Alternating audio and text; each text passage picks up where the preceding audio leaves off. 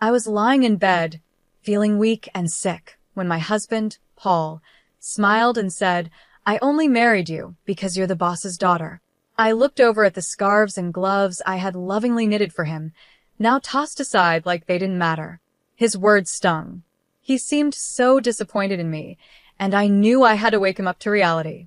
I chuckled at the thought of him realizing how wrong he was, thinking everything was going his way. My name is Kelly Riley. I've been married to Paul for 6 years now. We don't have any children, but we've been living happily together. Paul works a lot and is often away from home. Sometimes I feel lonely, but he always makes an effort to spend time with me on his days off, which helps me manage the loneliness. I met Paul through my father, who was his boss at the time. After we got married, Paul suggested that I become a stay-at-home wife. It seemed like a good idea to me, and I had plenty of time for myself. While supporting Paul, I started making friends with the neighbors, doing some exercise, and taking up sewing. I tried different things to fill my time, but sewing and knitting became my favorite hobbies. Every winter, I would knit scarves and gloves for Paul. My first few attempts weren't great, but I got better with time. Eventually, Paul even told me they were as good as the ones you could buy from a store. Hearing his kind words made me love sewing even more. I dreamed of one day sewing with our future child. I mentioned it to Paul, and he smiled, saying, "Maybe I'll join in and learn when the time comes." It was moments like these that made me feel happy in my life. I also made sure to take good care of the house and always spent quality time with Paul when he had days off.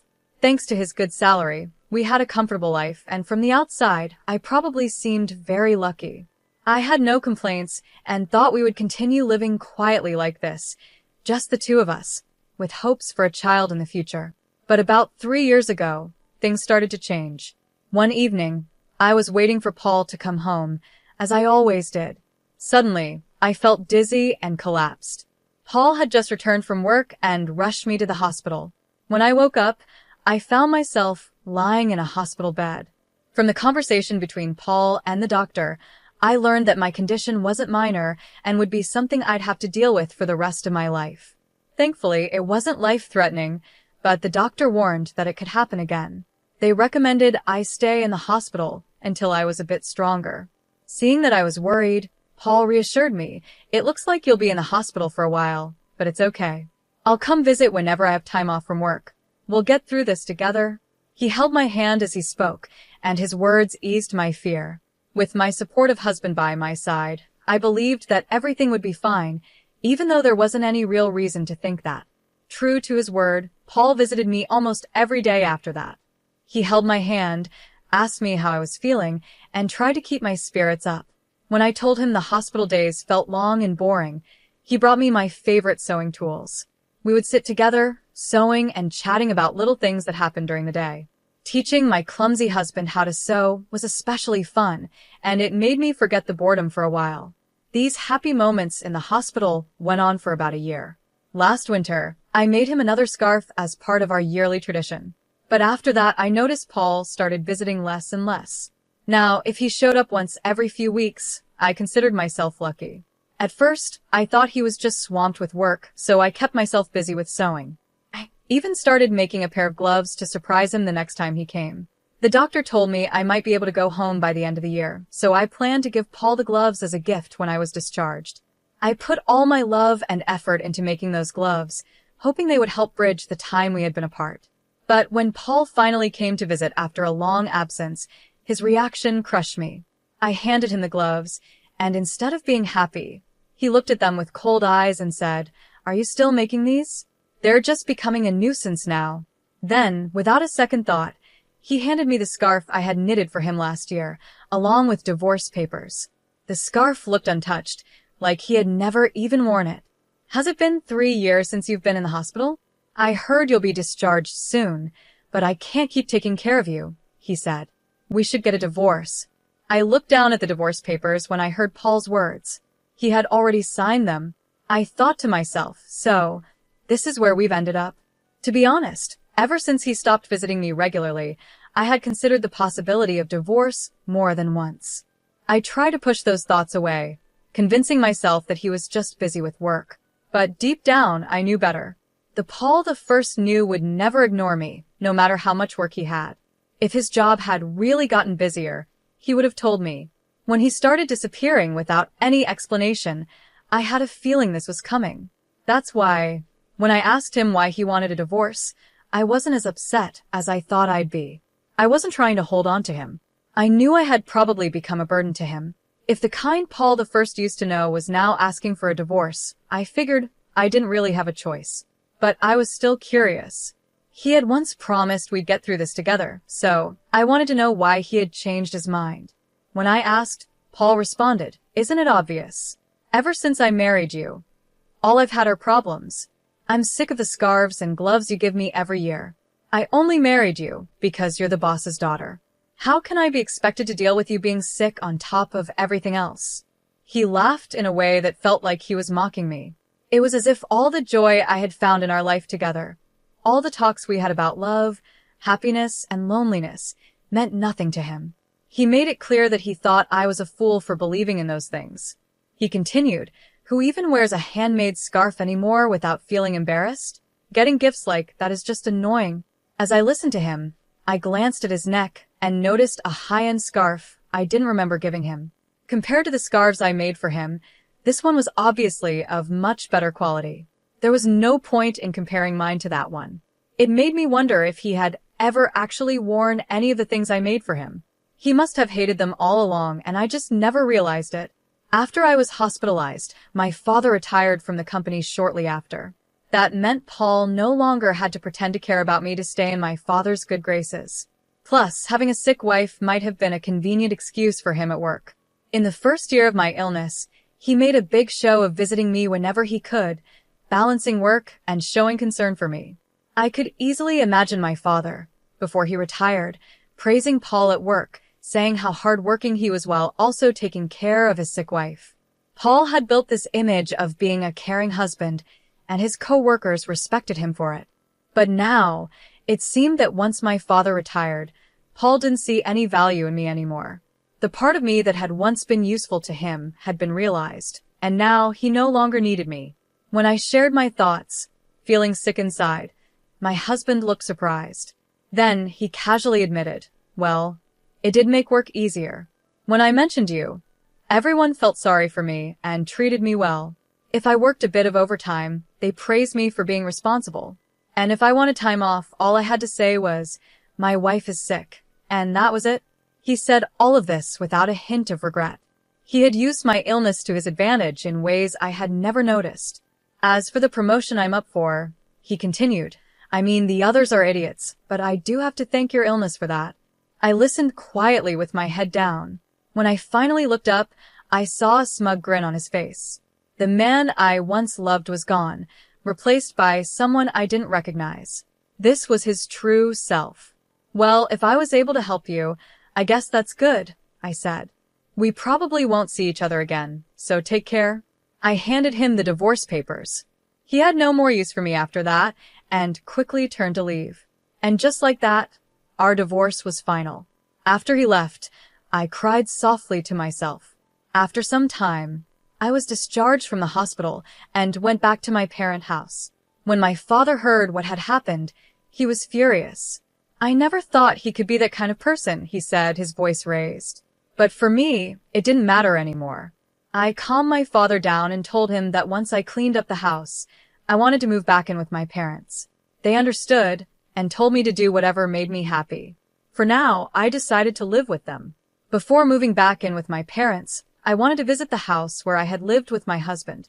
But when we got there, I found that the front door lock wasn't working. My parents and I exchanged confused looks and decided to ring the doorbell. A stranger answered the door.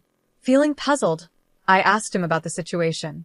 He told me that he had bought the house a while ago and had been living there for a few months with his wife and child. They seemed happy. My parents were even angrier after hearing this, but I didn't want to cause any trouble for the new family. I bowed my head and quietly left. However, I couldn't just leave it like that, so I called my ex-husband right away. On the phone, he answered casually, "Oh yeah, I sold the house while you were in the hospital. Keeping the money from the sale is like compensation for me." It was my house to begin with, so you don't really have any complaints, right? I couldn't help but sigh at how indifferent he was. I wish he had told me sooner. From what the new owner said, the house had been sold quite a while ago. My husband probably put it up for sale about a year ago, around the time he stopped visiting me. Even if he had planned to divorce me, selling the house without discussing it with me was just outrageous. Our divorce had already been finalized when we signed the papers, but since I was still in the hospital, we had agreed to talk about compensation and dividing assets after my discharge. We had a meeting planned for next week, but he decided to act on his own. It was unbelievable. What made it worse was that he didn't even think he had done anything wrong. So, I calmly told him over the phone, "You really don't understand anything, do you?" "Huh? What do you mean?" he asked, sounding confused. "I'll explain everything in detail next week," I replied and hung up the phone. I smiled at my worried parents and then turned to my father.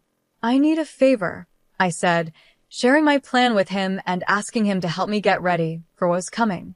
"I understand," my father said, his face serious but supportive. "I've already prepared the necessary documents. There's not much time before the meeting next week, but we'll manage." I could see a hint of regret in his eyes, probably because he had once recommended my husband to me. But his anger at what my husband had done seemed to drive him to help me as much as he could. I thanked my father and waited for the day of the meeting. The thought of seeing my husband's reaction made me smile for the first time in a while. With my father's help, we got everything ready for the meeting. We decided to hold the discussion at my parents' home. My parents and I sat together on one side, and my husband sat alone across from us. I'm sure he knew my parents were hurt by the divorce, but it didn't seem to bother him anymore. He didn't show any sign of respect towards them, and his face even held a hint of a smile. His attitude was arrogant, as if he didn't have anything to worry about. "I'm the victim here," he began, "but I'm not going to ask for too much. The money from the sale of the house will be enough." He spoke as if he was being generous, like he was doing us a favor by not asking for more. Seeing his smug attitude, my father's face turned red with anger. I gently placed my hand on his to calm him down. There was no need for us to get upset. We knew that in this discussion, my husband was the one who would be at a disadvantage, not us. "There's something important we need to talk about first," I said, keeping my voice calm. I spoke up and my father handed over a document. It was proof that the land where the house stood was owned by him. "Yes, the house was in your name. There's no question about that," I said. "But the land the house was built on belongs to my father, and he still holds the title to it. That's clear from this document, right?" My husband's expression changed slightly, his brow furrowing. "So what?" he replied. "The house was mine. No one has the right to complain. Do you think you can get back at me with that?" He chuckled, as if he found the whole situation ridiculous. I continued calmly. "It's true that the house was in your name, and legally, you could sell it. I'm sure you checked all of this before you sold the house, and there's no legal issue with your actions." My husband seemed confident, knowing there was no problem from a legal standpoint. "However," I said, "for the family who bought the house, this is a big issue. You sold the house, but since we still own the land, my father can charge them rent. That would definitely cause them trouble, don't you think? The situation isn't what they were led to believe." I paused before continuing. "Now, neither my father nor I intend to charge them rent or make them leave. But we also don't plan on just giving away the rights to our land for nothing. In that case, we would sell the land to the family. We wouldn't demand monthly rent, but it would be a problem for us if they didn't buy the land. My father gifted that land to us to live on, not for it to be handed over to strangers." I added, "And if they don't buy it, the family could sue you." As I said, the deal wasn't what they expected. Can you imagine their frustration? They thought they were buying their dream home, only to find out the land isn't theirs, and they now have more expenses. After we obtained proof of my father's ownership of the land, we went straight to the new family and explained the situation. Thankfully, they understood and agreed that if there was any trouble, it was the seller's responsibility. If things didn't go well with the negotiations, they made it clear they would sue my husband. When I saw my husband's face turn pale, I knew he finally understood the gravity of the situation. He realized that no matter what, this was going to cost him a lot of money because of his mistake. In a trembling voice, he asked, "What should I do then?" I smiled and calmly responded, "The family can buy the land from us, making them the full owners of both the house and the land. Then you would have to cover the cost of the land. This way, everything can be settled smoothly, and there would be no need for the family to sue you. Once they own both the house and the land, all the issues will be resolved. However, since they weren't informed about the land price when they bought the house, they will likely make you pay for it. That's not their problem to deal with, it's yours. The real issue is that the land is in a prime location, and its value could be higher than what you sold the house for. Even if you give up all your assets, it might not be enough. In the end, you could be left with nothing." I paused for a moment and continued, "Another option is for you to buy the house back and then pay for the land. Of course, you have to cover the relocation fee for the family living there. This would give you back both the house and the land, and you could try selling them again, maybe making some money. But after paying for everything, you probably won't end up with much, if anything at all. Whichever option you choose, you'll be at a loss," I added.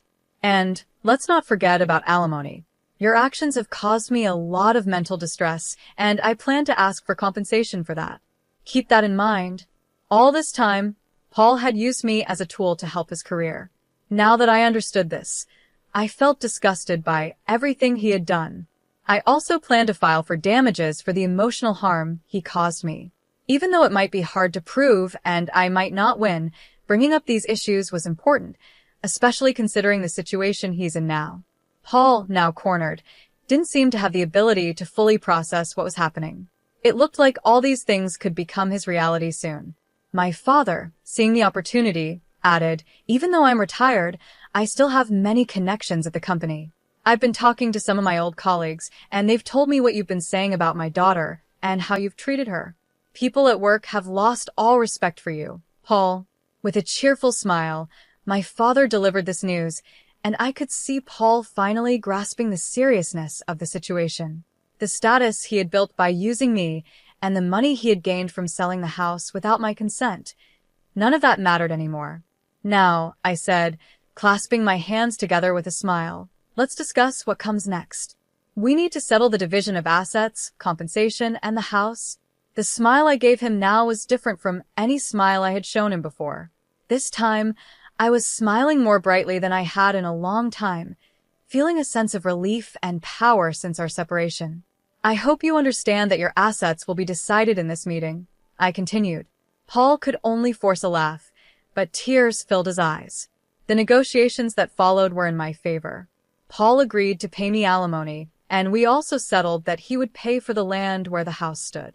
We later explained everything to the family who had bought the house, and in the end, everyone benefited from the agreement, except Paul. He lost everything. The rumors my father had started spread throughout the company, causing Paul to lose his reputation. His expected promotion was delayed as upper management raised concerns. The rumors continued, and soon Paul had no place in the company. My father later informed me that Paul had resigned. I guess you could call it karma. Things gained through using others can disappear just as easily when someone decides to take action. As for me, I'm now living with my parents and running a sewing class. While my classes aren't packed, I've managed to earn a decent income thanks to the support of neighborhood women and children who attend. Even though I never had the chance to sew with my own children like I once dreamed of, I've realized that sharing what I love with others brings me real happiness.